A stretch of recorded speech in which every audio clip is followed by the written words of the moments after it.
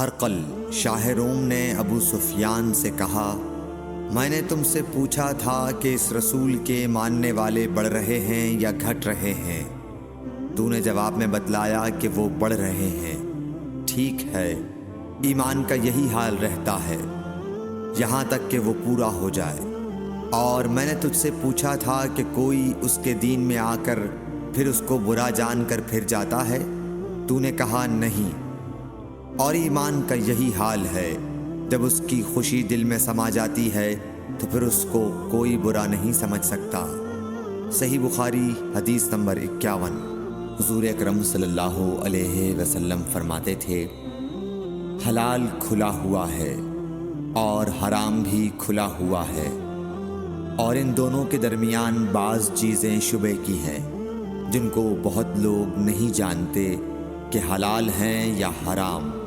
پھر جو کوئی شبے کی چیزوں سے بھی بچ گیا اس نے اپنے دین اور عزت کو بچا لیا، اور جو کوئی ان شبے کی چیزوں میں پڑ گیا اس کی مثال اس چرواہے کی ہے جو شاہی محفوظ چراگاہ کے آس پاس اپنے جانوروں کو چرائے۔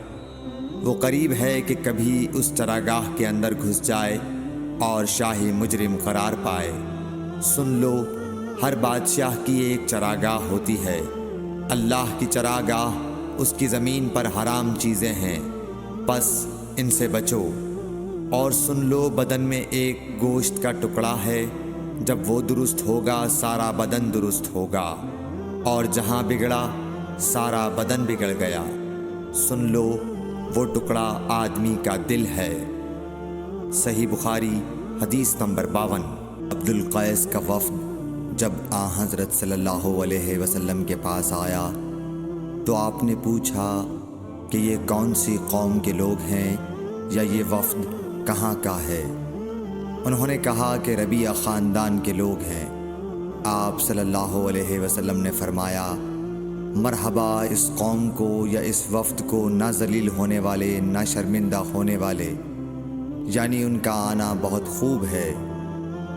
وہ کہنے لگے، اے اللہ کے رسول صلی اللہ علیہ وسلم، ہم آپ کی خدمت میں صرف ان حرمت والے مہینوں میں آ سکتے ہیں، کیونکہ ہمارے اور آپ کے درمیان مضر کے کافروں کا قبیلہ آباد ہے۔ پس آپ ہم کو ایک ایسی قطعی بات بتلا دیجئے جس کی خبر ہم اپنے پچھلے لوگوں کو بھی کر دیں جو یہاں نہیں آئے، اور اس پر عمل درآمد کر کے ہم جنت میں داخل ہو جائیں۔ اور انہوں نے آپ سے اپنے برتنوں کے بارے میں بھی پوچھا۔ آپ صلی اللہ علیہ وسلم نے ان کو 4 باتوں کا حکم اور 4 قسم کے برتنوں کو استعمال میں لانے سے منع فرمایا۔ ان کو حکم دیا کہ ایک اکیلے خدا پر ایمان لاؤ۔ پھر آپ صلی اللہ علیہ وسلم نے پوچھا کہ جانتے ہو ایک اکیلے اللہ پر ایمان لانے کا مطلب کیا ہے؟ انہوں نے کہا کہ اللہ اور اس کے رسول ہی کو معلوم ہے۔ آپ نے فرمایا کہ اس بات کی گواہی دینا کہ اللہ کے سوا کوئی معبود نہیں، اور یہ حضرت محمد صلی اللہ علیہ وسلم اس کے سچے رسول ہیں، اور نماز قائم کرنا اور زکوٰۃ ادا کرنا اور رمضان کے روزے رکھنا، اور مال غنیمت سے جو ملے اس کا 5واں حصہ مسلمانوں کے بیت المال میں داخل کرنا۔